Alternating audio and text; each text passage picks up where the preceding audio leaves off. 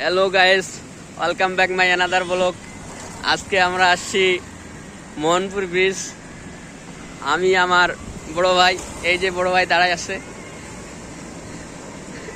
বলো তোমার মন্তব্য বলো, কেমন লাগতেছে? Feeling good. স্বাধীন বাংলাদেশে স্বাধীনভাবে ঘুরতে আসছি। Feeling good. Come to Mohanpur rubber dam. এই যে আমাদের মোহনপুর ব্রিজ বন্যার পানিতে প্লাবিত হয়ে গেছে। এখন রাবার ড্রামে হাওয়া প্রবাহিত হয়েছে যাতে পানিটা পাস করতে পারে। সবাই দেখতে পাচ্ছেন আমাদের রাবার ড্রাম, পানির স্রোত খুব বেশি। সুন্দর দৃশ্য, অপূর্ব দৃশ্য।